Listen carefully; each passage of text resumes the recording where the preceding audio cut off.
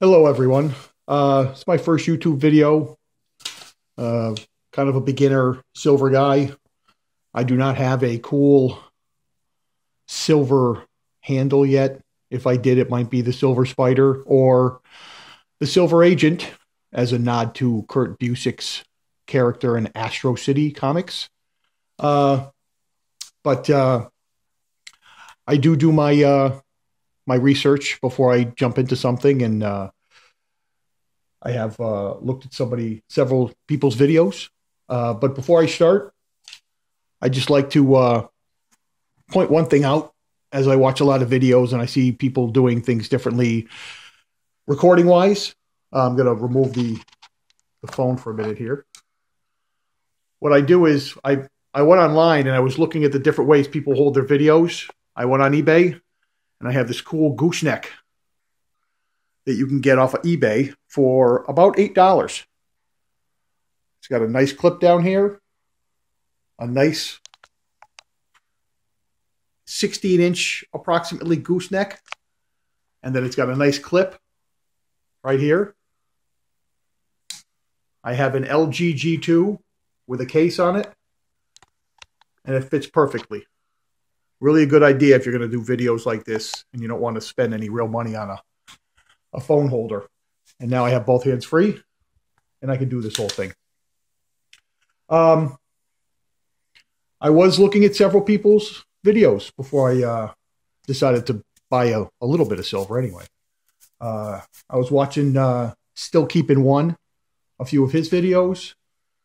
Also recently I saw Antonio Silver and his first 4 months video where he looked to be laying out approximately, and this is just an estimate, maybe 400 ounces of silver coins and bars and such. Quite impressive for a 4-month haul. Also, I watched a video from Kino Stacks and what I learned video, which was very interesting. He had bought silver and then had to sell silver, and now he's into buying silver again. It's quite interesting the way people go through this journey. I don't know how deep I'm going to go. I'm going to definitely buy some more silver here and there, but I do a small purchase at a time. Currently, I've made one purchase through JM Bullion, which is this stuff here. I did one purchase through a local coin shop, which is some pandas and a maple leaf here. And then I made one purchase through Apmex, which is over here. Not too heavy, but in the reviews that I've watched, deciding on what company to go with, it was strange because I watch the reviews or I even read reviews, and it's amazing how much hyperbole people put in their reviews. They speak of, it's a total scam and never buy from this place again. And I'm sure that they had a bad experience. And it's truly unfortunate that people have a bad experience. But at the same time, most of these things are a small percentage of the transactions these companies make. Remember, they want your money. They make money by trading silver, by selling silver. And bad things can happen. Mistakes can happen. And sometimes people lose money, but the company generally is looking to retain your business. And so you have to take those hyperbolic reviews with a little bit of a grain of salt, because the people who are making them are angry when they're making them. They're trying to inform, but they're also angry. And so you have to look at what the situation is. But I've done JM Bullion and Apmex, and I've had a perfect experience with both. Small order JM Bullion, $300. Several days later, box came just like all the other reviews, all the other video reviews. They have the box. It's perfectly shipped, generically packaged. Same with Apmex. With the Apmex, it the same way. I did get the storage box that it comes in right here, which is currently now the box that I hold this stuff in, and sooner or later I'll grow the box, but it's a nice little handy box to have to put everything in one place. So with that in mind, this is what I have. I actually changed my focus. I went from thinking I was just going to get silver rounds after looking at everything. Just figured I'll just get some silver. It's cheaper. I go with the rounds, find a design that I like. Eagles, Indians, buffaloes, stuff like that. And then I found all the cool coins, which aren't so far over the price of spot, that I start thinking about something. And I find out about these, what they call the semi-numismatics, where you can buy pandas or maple leaves or the American silver eagles at several dollars over spot, maybe $5 over spot, whatever. And sometimes they actually, they increase in value. I mean, the older pandas go up $10, $15 per coin over spot.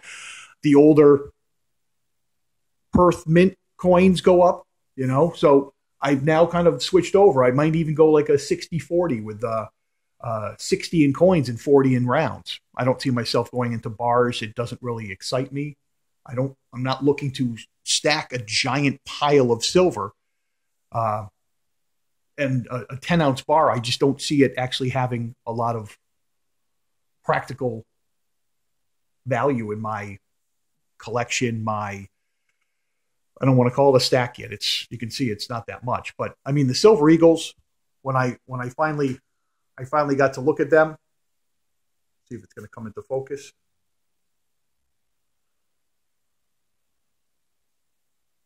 Everybody knows what the silver eagles look like. They're just a really great coin. And so I bought some silver eagles. I mean, just looking at them, I actually thought originally I thought they were called a Walking Liberty, but they call them a silver eagle because of the eagles on the other side. And that's fine too. Either way. Then I found the buffalo rounds. My wife has Native American heritage, as well as my son's wife. So I thought the buffaloes and the Indians, so to speak, on the other side. Nice thing there, as well as the Liberty Bell. Hey, you got to love the country. You can do all this stuff online and have stuff sent to you. The Liberty Bell with the Indian or with the eagle on the other side.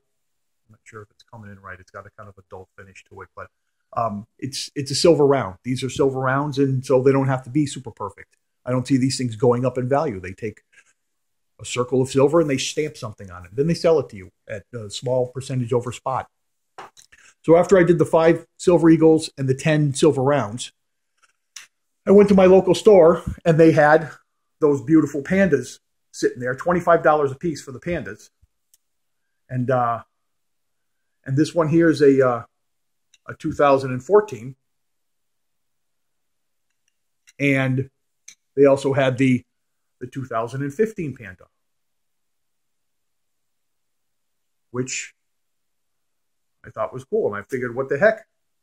I'll just buy a couple of pandas. And then they had a stack of maple leaves. So I grabbed a 2015 maple leaf.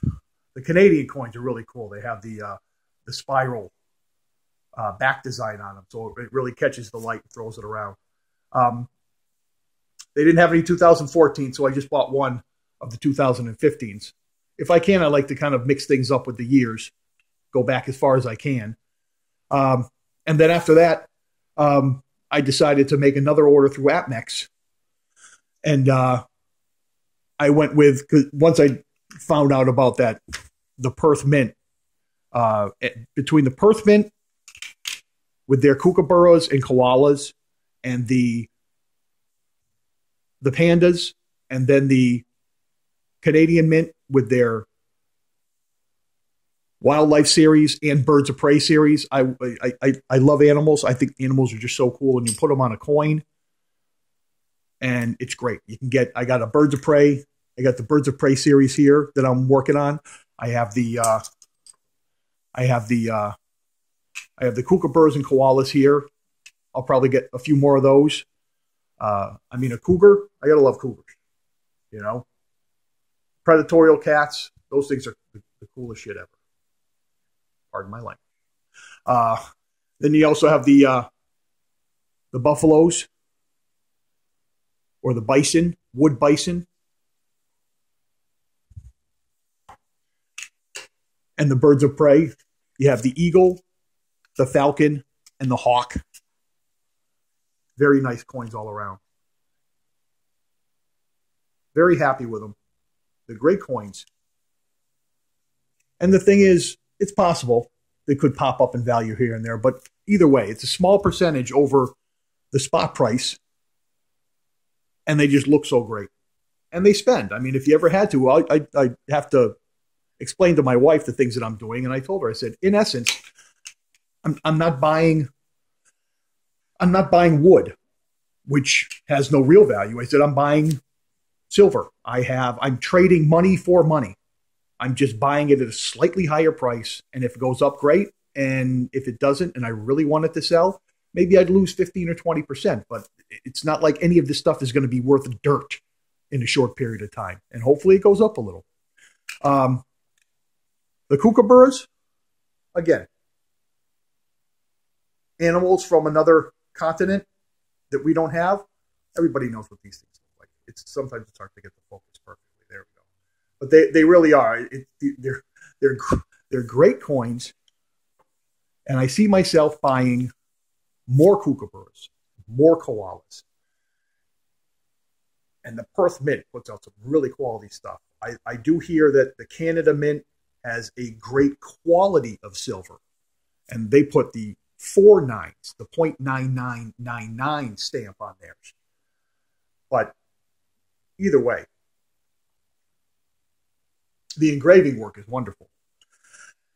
And the problem I found with the Perth Mint is, and it's not a bad problem to have, it's just it causes me to spend more money, is that they have Star Trek stuff now. And it hurts because the minute I saw it, I knew I was going to have to drop another $200. They have a Star Trek dilithium crystal chamber. I believe it's a dilithium crystal chamber. I've been a Star Trek fan forever. And by the way, these are some of the generic rounds I bought from Apmex. It's a Year of the Horse and a Year of the Snake, which is also nice. And then these were Pledge of Allegiance coins. These are both the same. Here's the front and here's the back. I love the eagle. I love the frosted design and the Pledge of Allegiance on the back. It's a great coin. Apparently, it sells out a lot on Apmex's site. And this is an Incuse Indian. I believe I said it correctly. I'm not sure exactly what it is, but I like the design. It's a slightly different feel to the coin. And then I have here, which is called an Eagle Eye round. It's an Apmex thing, and as well as a Walking Liberty round. It's a nice coin for sure. And lastly, before I jump back on that Star Trek thing, one of the coolest rounds I have, it's a Noah's Ark round. And I guess there's going to be several of these. Actually, it's not a round, it's a coin. It's from Armenia. It's a dram. It's a 500 dram coin. It really is. It's quite cool. I'm going to see if I can get some other stuff. Noah's Ark is a cool story. And then just a couple of, it's a Dove of Peace round, which is nice, as well as this Liberty. Flip this over. This kind of bear on the backside. I guess you could always have it engraved if you wanted to. It's and just an eagle. I like birds, stuff like that. But back to the Star Trek thing. I believe it's a dilithium crystal chamber. There are 2 silver coins inside this dilithium crystal chamber. And the chamber lights up. So if you pop the top off of the top, it goes up. And there's a lighted ring around the Enterprise D coin. Beautiful Enterprise D coin, which is the next generation Enterprise. And then when you hit the light for the inside of the chamber, there's another silver coin in there, and it has Captain Picard. And Captain Picard himself is colored in the uniform. There is a video on YouTube about it. It's quite nice. It's about $200. There's only 1,500 of them made. Leave at least one for me, please. I have to go find one of these and decide exactly when I'm going to buy it, but that's definitely. I mean, I'll sell stuff for this. I have action figures on eBay all the time and stuff like that. But such as it is, that's my collection currently. Like I said, I wouldn't quite call it a stack yet. I will be making a few more purchases here and there, $300 or $400 at a time.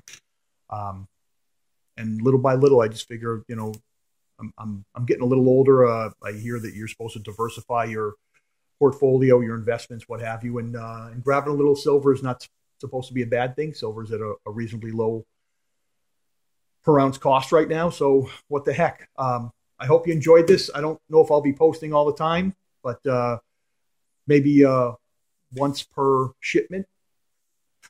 Thank you for watching. Have a good day.